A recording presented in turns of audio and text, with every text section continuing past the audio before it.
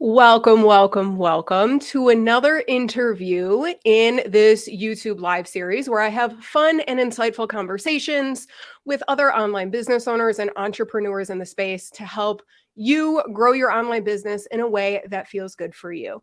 So if you're watching us live, definitely comment. I can see the comments. Like I said in the last one, I'm trying to get better at like showing them on screen. There's a lot to handle when you're hosting something like this. Okay, but definitely, if you're watching us live, comment. If you're watching the replay, comment below replay so I know that you saw this. And then I would love, love, love, love if you just took a second to thumbs up this video. It takes 1 second, just thumbs up it. It really does help the YouTube algorithm kind of let YouTube know that my videos are helpful, and it kind of pushes my videos out like channel wide across YouTube. And if you're not already subscribed to my channel, as I always say, like, what are you doing? Hit that subscribe button, turn on the notifications. I have a whole lot of YouTube lives scheduled coming up. And so if you want to be notified of those, definitely turn on that notification button. So in today's live, we're going to be talking all about making more sales in your business with less pressure with our guest, Shay Schinder, who is an absolute genius when it comes to sales and sales strategy. So we're going to talk about selling from a place of integrity, which is extremely important, how to increase your confidence in sales, which is also extremely important, sales versus marketing, handling rejection, selling more with less pressure, and so much more. But before we get into the interview, I do have to shout out our sponsor. So the sponsor of today's YouTube Live is the Curiously Guided podcast. So, that's not the screen I want. I want this one. Okay, so the Curiously Guided podcast, oh my God, I'm like tripping over my words already. The Curiously Guided podcast is the podcast that actually I co-host with Shay, who I'm interviewing on today's live. So me and Shay host a podcast, and basically it's for intentional business owners and curious minds. So we really dive into like doing the inner work and the outer work to create a lifestyle, a career, a business that deeply fulfills you. So you can check out our website at curiouslyguided.com, or you can head over to Apple, Spotify, wherever you tune into podcasts, and you can search Curiously Guided on there. We have 60 episodes for your binging pleasure, and we're going to be launching season 4 of the podcast next month in September. So there's so much good stuff here. You can check out all the episodes, read the reviews. Definitely, if you like this conversation, you are going to love the podcast. Okay, so now it's time to bring on Shay. So she's currently backstage. Let me bring her on here. All right. Hi, welcome. Hey, Welcome to YouTube Live. happy to be here. This is my first YouTube Live. I'm excited about it. Well, I'm excited that you're here. Okay, so I didn't give too much of your background. Can you just catch the people up? Like, how did you end up in the online space, loving sales, especially when I feel like most business owners, creatives, entrepreneurs hate sales? Yeah.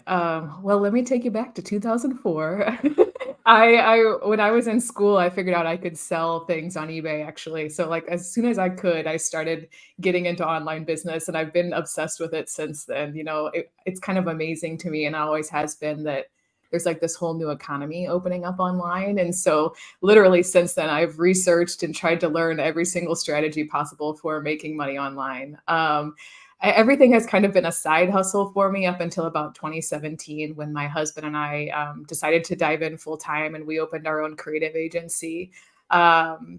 We did that for a few years. We were really, really busy, made decent money, but honestly, at the end of the day, we did not love working together. It was hard on our relationship. So we decided to part ways. And as I was kind of thinking through, what is it about this business that I actually like and excel at, exactly what you pointed out kept coming up. So when I was running our agency, I never had trouble getting clients. I never had trouble closing clients.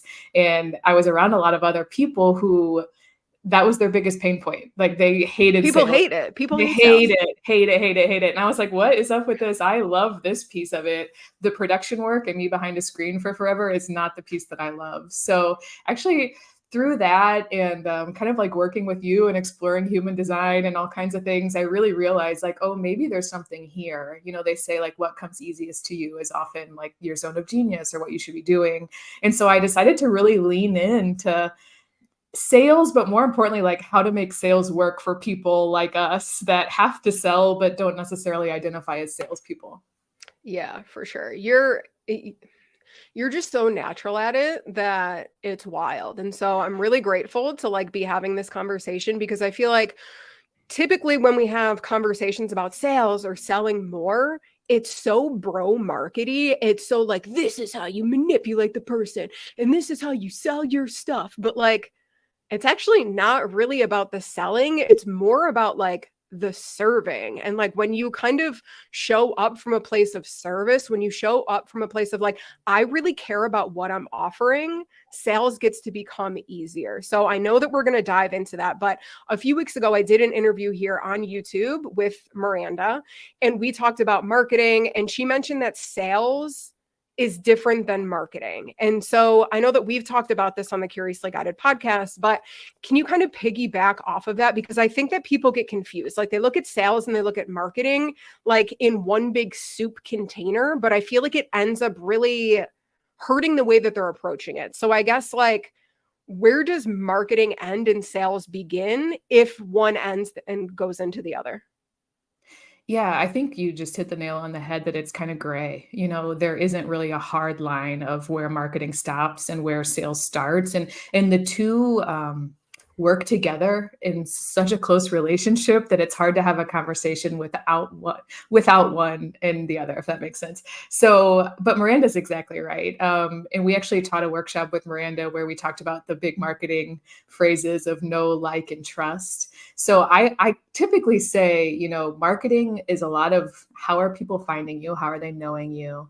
And what is actually making them follow along or like you? So the kind of that first know and like piece is really marketing. And then trust is where we start to leave marketing and get a little bit more into sales. That's how we're actually building a relationship with people, and we're taking them from stranger to someone who gives you money. So long story short, I think of marketing more as like, how are you getting out in the world in front of people, in front of the right eyes?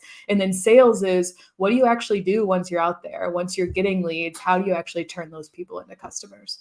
Okay. Yeah. I think that that's really helpful, especially bringing it back to know, like, and trust, because like those are things I feel like as a business owner, you hear jammed into your ear, like ever since the beginning of like, if you're going to have a business and it's going to be successful, you got to know, like, and trust, know, like, and trust. So I feel like kind of being able to like intertwine that with like marketing and sales is extremely helpful. So I kind of teased it a little bit before, but like I love your approach to sales being ethical, being aligned with integrity. Can you just elaborate on that philosophy a little bit? Like where did it come from and just like what is your philosophy?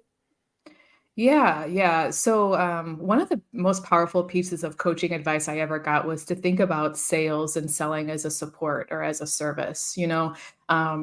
In this life, there's like very few things that light me up more than hearing about people's goals and what they're working towards right now. I absolutely love that. And that's to me all sales is. I'm going to sit here and have a curious conversation with you, ask you some questions, try to figure out what you're trying to do. And if what you're trying to do aligns with the service that I offer, then I'm going to make a really natural suggestion that, hey, maybe I'm the one that can help you go from point A to point B. But if you're not, this is like where the ethics come in. I think Yeah. typically sales has been sell at all costs. It's really metrics driven. It's all about people as numbers.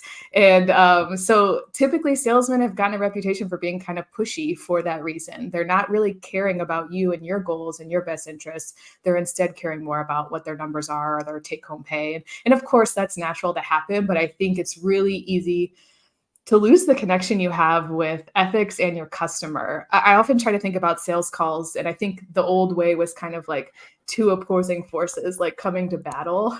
And I'm instead, going to submit you into this sale. yes, like I know better than you. I'm kind of like above you in a way. And I try to think about more as like this is a conversation and I want to pull you on my side of the table. So the way I do that is just genuinely asking questions, trying to figure out where people are.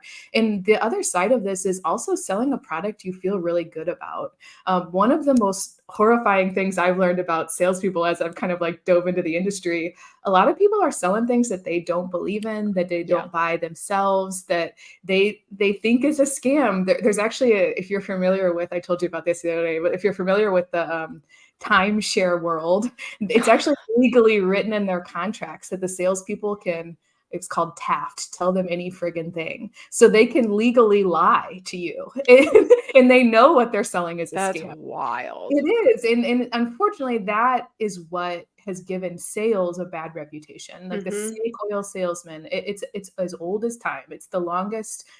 The car salesman. Yeah. And that's exactly what it's coming back to is, I think as a salesperson, the best way you can have integrity in what you're doing is to really believe in the power of what you're selling. And when that gets lost, which unfortunately is a lot of the time, it turns into more of a numbers game and we're losing the human piece of it. And that's where people can really start to feel taken advantage of. Yeah, for sure. And like, I just wrote down a word that really popped out, and it's a word that we use on the podcast all the time, but like aligned.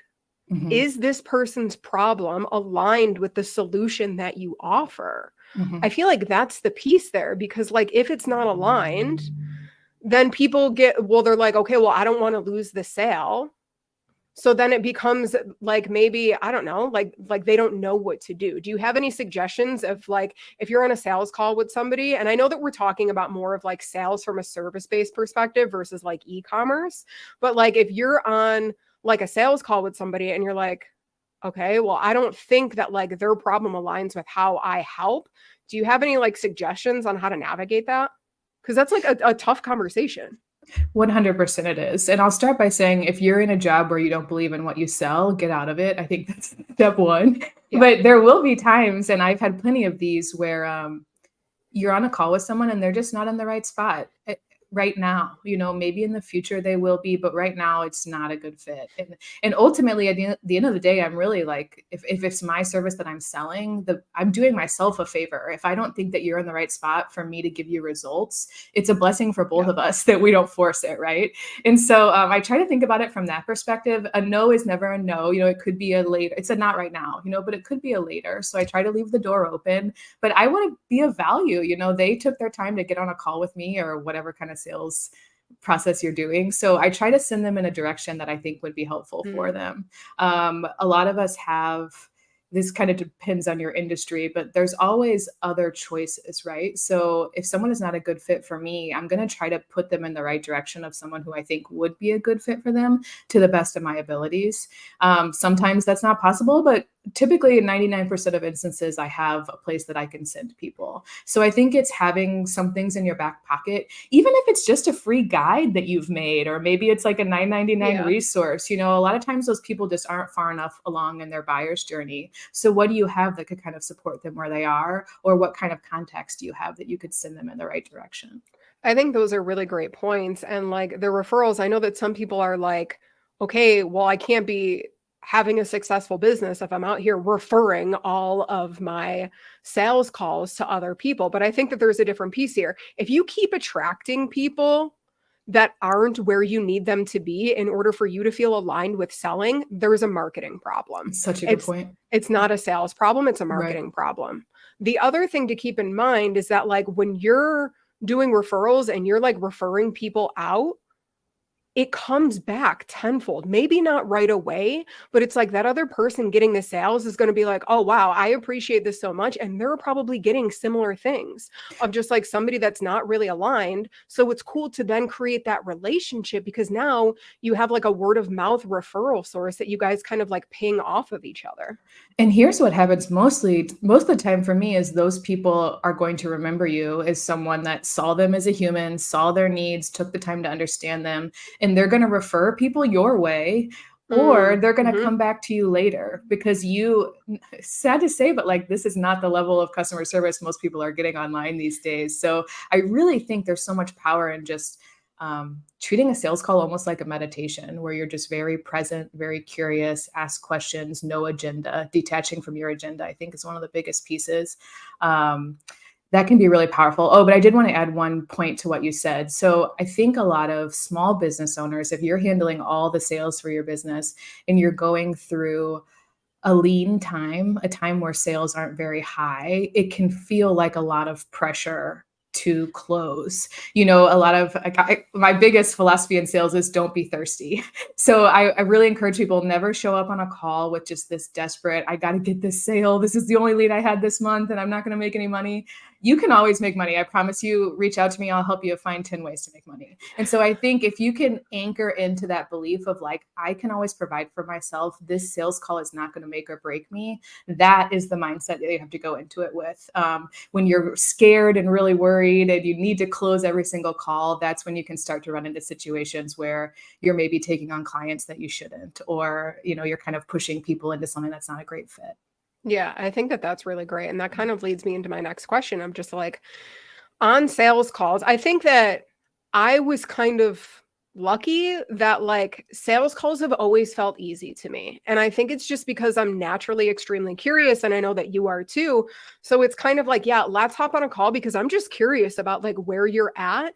And I just want to know if like what I have supports where you're at. And so sales calls have always been pretty easy. And then it naturally just flows into, yeah, I think that I can help you in these ways. Like this is how I help people. And then it just naturally progresses. But I know that this doesn't come naturally to a lot of people, especially people in like the creative industry where it's like maybe they're used to creating things behind the scenes. They're not used to hopping on sales calls or anything like that. So do you have any tips on like how people can increase their confidence when it comes to sales and selling? Oh, yeah. Good question. I actually came up around all creatives and I still coach creatives on how to sell. So that's kind of my, uh, I have a love for those folks for sure. And you're exactly right. A lot of times you came up in-house. You didn't have to think about this stuff at all. You didn't have to think about with creatives, it's a good example. Creatives can talk to you all day long about how great their work is, but they can't really talk to a business owner about how that translates into more money. So Ooh, I yep. think that is step one. Um, I always treat every sales call as market research. I'm just trying to hear language people are using. I'm trying to ask questions, get a better sense of where they're at. And I think just really learning about your people can be really just practicing. It really, the answer comes down to practice. Long story short, get on market research calls, get on any sales calls you can, and just start putting in the reps.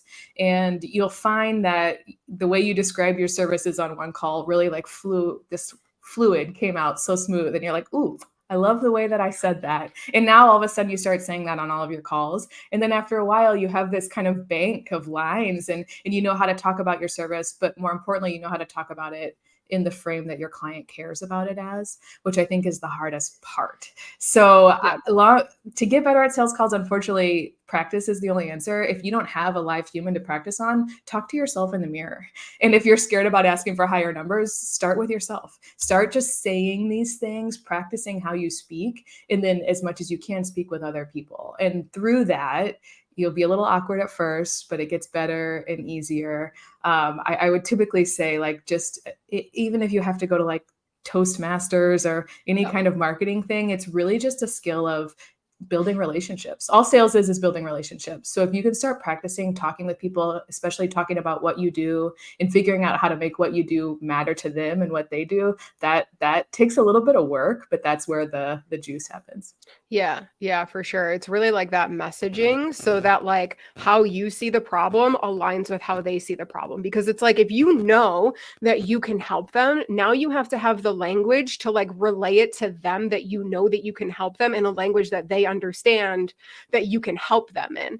And I feel like it's that communication, which like you said is really similar to like relationship building, where it's Mhm. like that's kind of the juice. And then what I was also hearing is like I think if you don't have confidence in sales or on sales calls, ask yourself, what about it feels sticky? What about this sales call? Is it the fact that like you don't like saying your numbers out loud? Yeah. Well, then, you know, me and Shay literally like Voxer all the time and just like verbalize to rationalize this stuff. And I think that that's really helpful of just like, is it saying your numbers or is it just having conversations about your business in general? I feel like being able to pinpoint what the issue is really helpful. A lot of times it's, you're exactly right. I think answering that question for yourself is really powerful because a lot of times, a lot of us don't want to admit it, but we don't feel confident talking about what we do. We're in it all day long, but like the idea of how to like zoom out and explain it to a layperson, that feels weird and hard. And then we're a little embarrassed because of course we should be able to know how to talk about what we do. So And I it's like, think what do that you mean? Like, obviously, you can see what I'm good at. Like, don't you want what I'm good at? yeah, Can't you the just work tell that you speaks need for it? itself, right? Yeah, yeah. And so that's exactly right. Figure out what is the sticking point for you, and no matter what it is, how could you practice at getting better at that thing? And it's funny. I always tell people if you're worried about prices, start practicing saying double the price, and then all of a sudden you're on a call and your price feels so much more affordable because you've been used to saying 50,000 all week long or whatever it is. So there's a lot of just um, juice that comes from putting in the reps, putting in the work, and to your point, getting really specific about what it is that's actually holding you back. Yeah, and there's another piece that me and you kind of talk about on the podcast, but it's really like, how are you setting yourself up for success before the call? Yeah, yeah, Do you want to kind of go into that? yeah. That's a really good point. And I do want to add one to get more confidence. I always get annoyed when people are like, just be more confident, just practice. And that is Mhm. the answer. But I will say there's one other nuance here of like, proof. So we learned from our friend Yeah. Ash that confidence comes through proof. And so I will say one of the most tangible things you can do if you're a lot of things people are worried about is that their services aren't really as powerful as they want them to be. Maybe they can't Mm, provide the transformation that they expect. And so that can eat away at your confidence. If you're not confident in what you deliver, you're not going to be able to get your client confident either. So that the idea of proof has been really helpful for me. If I have someone that's really struggling with confidence, I'll tell them, go in your life and find any kind of example of a time where you've pushed yourself, where you've done a really good job before, where if you've closed a client before, find all of the examples or proof of a time where you did something hard, you showed up for yourself and it worked out. Eventually in business, we tell you to have your testimonials folders. Anytime anyone ever says anything nice to you, even if it's an email or a DM, save it in that folder. But what I want you to do is start collecting all the proof around why you're awesome, why your service is awesome, why you may be good at sales, any kind of good stuff, start gathering that at any kind of level. And all of a sudden, when you have those data points and proof, it's a lot easier to get on a call and be like, hey, you should work with me. I do exactly what I say I'm going to do. And let me show you all these examples. Like, you don't even have to tell them about the examples. Just you knowing them will boost your confidence enough to kind of show up in that energy on calls. yeah, I think that that's really helpful. That's really, really helpful. And I apologize. So to your question, pre-call prep is so important. And this, I think, is something that gets overlooked and maybe people brush it off as like kind of hippy dippy, but like honestly, every single trainer or mentorship or anything I've ever done has stressed the importance of preparing yourself before you get on a call.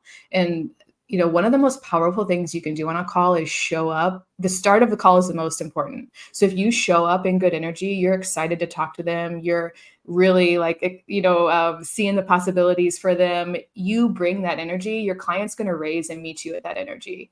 But if you show up and you're kind of like, hey, what's up today? How you doing? You want to buy my You stuff? want to work too? Yeah, did you see my website? Like they're going to pick up on that energy and they're going to lower their energy to that level. And so Mhm. I always encourage people before a call, give yourself 10 minutes, check in. How are you feeling today? If you're like me, if you're like feeling a little too high, what could you do to like buzzy, to out there? What could you do to ground yourself? So I may do like a meditation or like a breath work or something. But the flip side, if you're feeling too low and grounded and low energy, could you put on a song or could you do a quick workout, take a lap around the block? What can you do to get your energy to that point where you can show up on a call and start it in a really good place? And I swear, like how you start a call is everything. It sets the tone. It's how the rest of it will go. So I think there's something to be said about, I call call that your pre-call practice. It can look different for anybody and it can look different based on the day, but having a pre-call practice is very, very powerful. Yeah, I love those examples. And I do that too. It's like sometimes when I'm feeling, it's like even today, why did I have a second cup of coffee? Like, Mariah, you did not need it. You didn't need it. So like before I even went live, I was like, whoo, girl, we have to take a breath here. Like we have to ground into this moment because it was feeling a little bit too up here. And so I think that that's really good of just like, checking in. Are you too up here and you need to ground yourself down? Or are you starting off down here and you need to pull yourself up? And I've been in situations like that too. Like, hello, that time of the month where I'm just like, okay, well, my calendar has been open and we have calls scheduled. So, like, how can I show up in a way, not like a fake way, but like in an energetic way that's also aligned with how I am right now? And I feel like what helps me is either like, I'll shake it out and I'll get it moving. Or what I'll do is like, I'll prepare for the call, not prepare like what I'm going to say and like how I'm going to sell them into this thing. But for me, I'm selling SEO packages and consulting. And so what I do is I take a look at the person's website and I think of like, okay, so what are the things that I want to point out on the call? I also bring up my own website and bring up the list of everything that's included in my packages. So if they ask me, I have done this. Like these calls do not need to be perfect where you need everything memorized. People have been like, so like, what's the process? And I was like, what's the process? Oh yeah. I was like, okay. So then I pull up my website and like, I just have something to like better support me through that.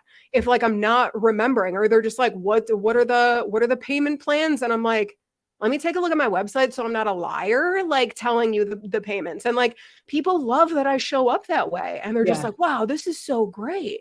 And I think that's so like underutilized. You're so right. And I think you're bringing up two really important points. Number one, I also do my research. If I can just get even one little thing to the client and I bring it up, I'm like, hey, I was looking at your website and I noticed this. That makes Clients love it that you prepared for my call before I even paid yeah. you. Yes, and nobody out there is doing that. And it sounds so obvious, but there is a lot of power. Just do your homework, and it can take a couple minutes. Look at the website, come up with a couple ideas. That in and of itself is very, very powerful to build trust with clients. But the more important point you were making there, I think, is awesome. I think there's a belief that like there's a perfect sales call. And a lot of us, when we get off the call and we feel awkward and we're not sure how it went and we stumbled over our words, that's what makes sales suck. And so it's like this, like, I hate that. That was bad. It wasn't perfect, Ooh, yep. And so I think detaching from that idea that there is such a thing as a perfect sales call is really important. On every single call I've ever been on, I've made a mistake. I've stumbled on my words. I've been awkward. I've not known how to answer questions. I will get out of a call. I have an escape hatch. If there's something that I don't know, I have a language like, oh, I need to check in with our team. I'll get back to you on that. So I think that, and you're right, when you can show up as a human on these calls and maybe even be a little imperfect and kind of embrace that. Hey, I don't know our prices right now. Let me pull that up for you. I want to make sure you get the best information. Clients really respond well to that because it's, again, kind of like taking away that wall in between you and Yep. making you guys connect on more of a human level. So I really love both those points. Do your research, tell the client about it, and then let it be imperfect. Like there's no such thing as a perfect call. Yeah. And I think just like making more sales with less pressure, it comes down to like, if you were on a sales call, how would you want the conversation to go? Oh, that's Wouldn't such, you just want that person to be curious? Because yeah. like if you're going to be investing with somebody, don't you want them to care? Don't you want them to ask questions about you? You know what I mean? Especially like if in your practice you have like maybe they filled out a form. Well, take a look at the form before you hop on a call. You know what I mean? And it's just like think about if the reverse, if you were in their shoes. And I think it goes the same for like selling in the DMs. It's the same thing. Like when you're selling in the DM or like you're having a conversation with people in the DMs on Instagram or wherever, you want to know that you're connecting with a person. You just don't want to feel like a number. And I feel like that's when it starts to feel salesy. That's when it starts to feel icky, is like when that person starts to feel like a number. Yeah, that's such a good point about, the golden rule absolutely applies to sales. Treat others as you would like to be treated. And that's actually where I start with a lot of clients who have a lot of weird associations with sales. I ask, find a few times in your life where you have bought something and you felt really good about it. You felt in power or empowered, when you were buying it.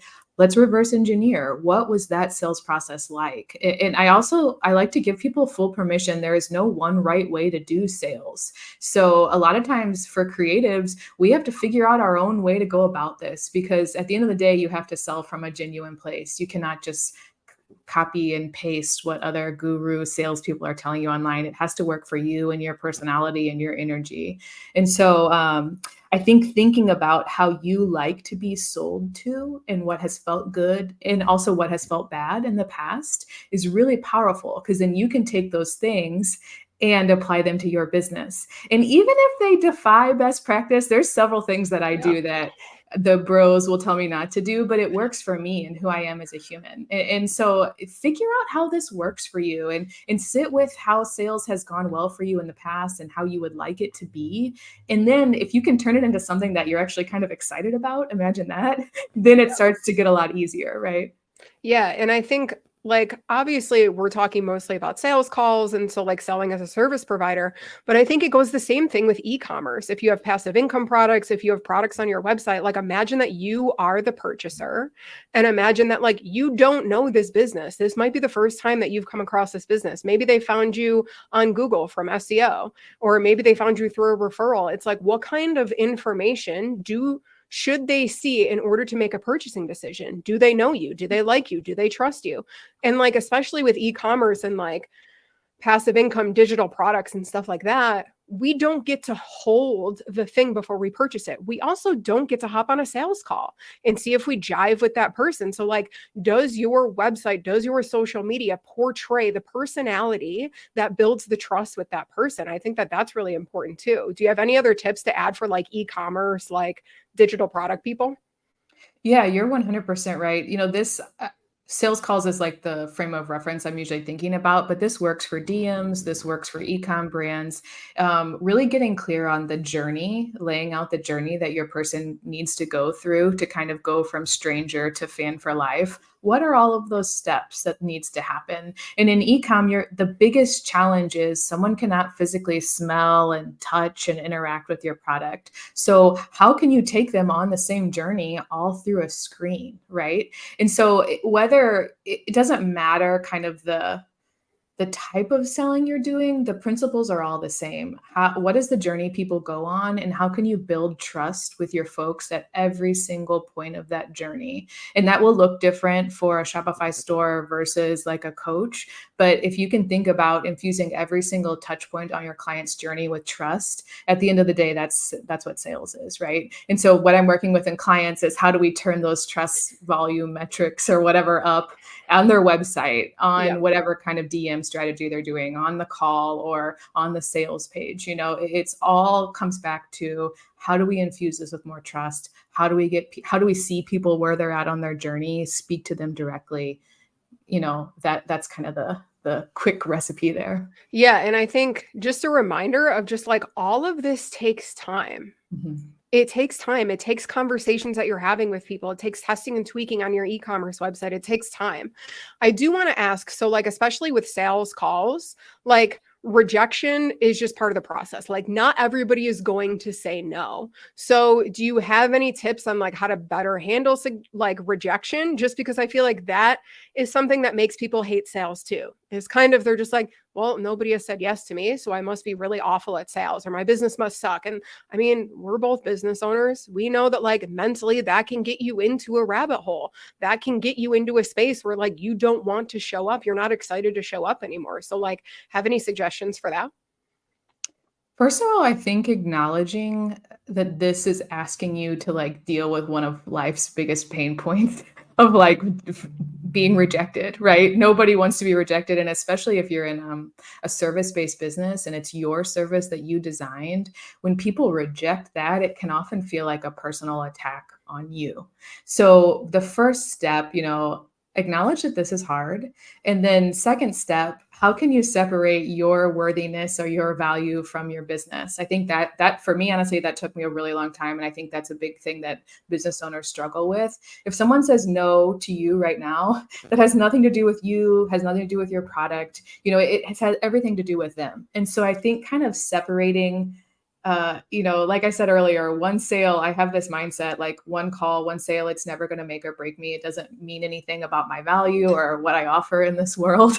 That helped me detach from the pain of people telling me no. It's Yep. easier said than done. And to your point, it takes a lot of time and practice. But always remember, like, there's so many fish in the sea. Like, I think that is why I encourage people to Mhm. practice so much. Like, it's nice to remember you can get 10 no's in a row, but you just need one yes, and then you're good to go, right? For a lot of Yep. us. So it's just the reps, the reps, the reps, the reps. Eventually you'll do so many sales that you're like, ah. And I'll be honest with you, when I have a bad streak, I get down on myself still. It's natural, it's And human, you right? literally do this like for a living. For a living, I still do this. And so that's what was my point. It's so natural and normal. I still struggle with this as a sales professional. And so I think just having a lot of grace with yourself, awareness, are you spending time journaling and kind of processing your feelings? But I will tell you 100% fact, it gets easier. The more and more you do it, you realize that no's have nothing to do with you at all of a sudden, the world's your oyster. I encourage people, try to get no's. No's are a wonderful thing. It means you're doing something right. You're pushing yourself. You're testing your limits, right? So I think, Mariah, actually, you and I talk about this a lot. If you can change your frame of like a no as a fail to no is just not right now, or maybe there's something I can do to improve here. A no is just a data point, right? It doesn't mean you're bad. It doesn't mean anything's wrong. It's just an opportunity to kind of reflect and think about what you can do better next time. So removing that kind of idea of like no with I suck and I'm a failure, I think is really important and hard. Yeah, yeah, it is very important and very hard, especially when you're newer to sales, especially when you're newer to business. It's like you don't have like a folder and a pot of all of these, like all of this proof that people like your stuff and that they're getting results. And so just know that in the beginning of your business journey, or even like when you're selling a brand new service, maybe you're not in the beginning of business, but you're doing some micro pivots, you're offering new services, you're offering new products. Sometimes it takes a while for that stuff to stick. So like you said, like have some grace for yourself. Mm-hmm. So there is something that I want to dive into because I think it's important, and we talk about this of just like sustainable business growth often relies on like repeat customers. It's like, have like your top 100 fans and stuff like that. And so I guess like what are some strategies that my business owners can employ to turn one-time buyers into loyal long-term customers? Mm. Yeah, you're absolutely right. Your returning customers are the most valuable asset you have in your business. And so thinking about, I always encourage people, like we're not only taking people from stranger to buyer. We want to actually turn them into super fan is a word I've heard, or like a fan for life. Someone who is buying your stuff on subscription for the rest of their life, and they're telling all their friends about you, and they're giving you as a gift, right? That is the dream customer, because it's always easier to keep those customers than to get new ones. So never ever neglect your past customers. That's kind of like one of the basic business fundamentals you can do. And as you're thinking about your sales, think about how can you continue serving people even after they've gone through the process of working with you. So once you finish with your project, how do you follow up with people? How do you check in with them? I have kind of like an immediate follow up and then a 6 months later follow up. I space it out over time. I'm also just trying to like build relationships all the time. So I check in with people. I want to know how you're doing. I'm interacting with people on social media, like this level of your business, this will kind of vary, but think about how you retain customers and don't just ignore people once they're done with your service. Those are Yeah. often the biggest asset you have in your business. So what can you do to surprise and delight them? Could you send them a Christmas card? Could you just reach out one day and say, hey, I do this all the time. I saw this funny meme and it made me think of you. Just little touch points to stay connected and top of mind to them goes a long way. And I think you're exactly right. A lot of people don't really think about, we're all focused on new business and The getting new out there, lead, new new leads, leads. but there's not a lot of thought about how do we maintain relationships And then the second piece of this is how do we make it super easy for those people to refer us? So you may have Mm, affiliate programs, you may tell them at the end of your project, if you ever send anybody my way, I'll make you an Instagram graphic or whatever that looks like in your business. But think about how you're making it easy for yeah. people to keep giving you business and spreading the word about your business. So that's Yeah. some thoughts. Yeah, I think that like remember that like your past clients are like a billboard for your future clients. A lot of clients come through like to me from referrals of other people because like the experience that I gave them was really great. And so I think that that's really important to think about. And then the other thing is like if you're selling a service and you're like, you know what, I really want to offer a new service and like have conversations with your past clients, literally get on a call. If I worked with somebody, maybe on, I'm just thinking of something that I've outsourced, but like creating my email funnels or something like that. And she was like, yo, I'm literally launching this new service. Can I pick your brain to see if this would be helpful? It's like, yeah, sure. Especially if we already have a relationship and you have to make sure that the people that you're hopping on like market research calls or just asking questions, being curious about them, make sure that they're aligned with the person that you want to sell to. Mm, mhm. Yeah, I had another idea. Your point is exactly right. Could you offer a new service? Is there potential in your business to maybe make a new package for these people? The cool thing about them is you've already built trust with them. They're Yeah. already down to ride. So, like, how could you bring them back into your business if you wanted to? If that kind of offer felt good for you, that's often I think a lot of times, again, we're focused on the freebie or the 9.99 thing, but not a lot of people are thinking about what could I continue to offer these people that are already in my fan club, and that can be really profitable as well. Yeah, and I mean, I tell people all the time when I'm hosting workshops and stuff, I'm literally like, please DM me your questions. If you're having questions about online business or SEO, like please email me, reply to my emails, like send me a DM on Instagram. I use people's questions as inspiration to create content, to create offers, to create new workshops. And I know that they're aligned because it's my people that have already bought in from me or already connect with me. It's the questions that they have. So it's like I can trust those. So I think that that's really important and something to really focus on. And so I have one more question here. So in terms of moving forward, like what's your prediction with the future of sales, the future of selling? Like since you're in this all of the time working with all different kinds of business owners, like what are you seeing becoming increasingly more important? Yeah. There's two big kind of like demographic shifts I think that are happening with buyers just in general. This is online, but also in the real world. Number one, all markets are way saturated. We have so many choices. So that, I can get on Amazon right now and I can buy like 25 different versions of like a phone holder, right? And so, number one, you're having to compete with a lot more people for your customer's attention. And to compound on that, your customer's attention span is shorter than ever. So, not only are you competing, they can't pay attention to you for as long. So, the prediction for the future is really sales is changing. In the past, there was less options, less information. The salesperson really did kind of hold some power over the person they were selling to because there was kind of this information gap. But now with the internet, that doesn't exist anymore. It's so much more of a level playing field. So all of the old tactics and like ninja moves to close people and manipulate people, I think people are getting tired of that. They're getting more skeptical of that. People are really, if you do something kind of pushy on a call, they're going to leave a lot quicker. Or if you, a classic example in the online world is like those countdown timers on your sales pages. Yeah. People are getting tired of that. Like we can see right through it. The webinar that's not a real webinar, but it's pretending to be a real webinar, Oh, right? yeah. It ruined the word webinar. It literally ruined it. So we're all getting more, maybe savvy is the right word, with the content that we're consuming. We all have a lot more of it to filter through. So in terms of sales, what that means is you can't really rely on like the old manipulation tactics. You really do have to figure out how to make meaningful connections with people, how to speak the language that your people are speaking. It's really just having more empathy. Sales up until this point hasn't had to have a ton of empathy, but now it Mm. does. So I think the game is changing. There's going to be less like little tricks and little one-liners you can say and the kind of like old maybe things that make you feel a little scammy about sales. And it's leaning more into trust building.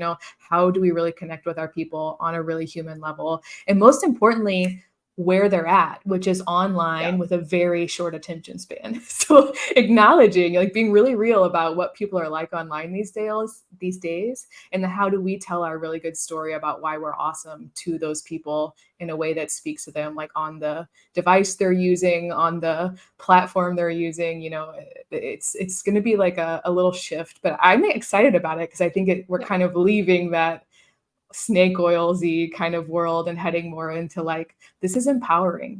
We can really, like, I heard someone say, like, power sells to power. I can, from a powerful place, get you in a more powerful place. And I really liked that idea. And I kind of think, long story short, that's where everything's heading, as opposed to, I know better than you and you need to make a decision right now and do this thing, that kind of sales. Oh, I've been on sales calls before where it's like, they just felt like you have to make a decision right now. Anytime anybody has ever tried to make me make a decision right now, I'm literally just like, okay, no, I'm not. Like, I don't operate like that. I'm a fact finder. After we jump off the call, I'm going to research some more stuff. Like, I want to feel good about where I'm investing my time or my money.